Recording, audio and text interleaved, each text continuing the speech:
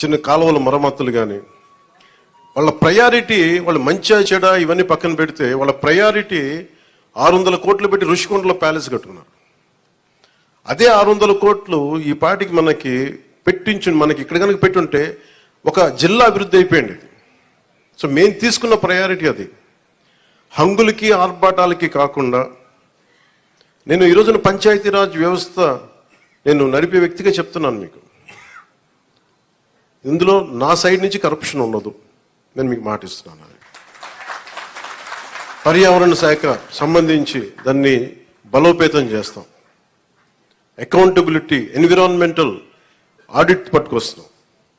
ఏ కాలుష్యం ఎందుకుంది, దానికి పారిశ్రామికవేత్తలు ఏం చేస్తారు, ఇబ్బంది పెట్టి భయపెట్టేది కాదు, కానీ వారి బాధ్యత కూడా గుర్తించేలా దానికి ఒక బలమైన ప్రయత్నం చేస్తాం.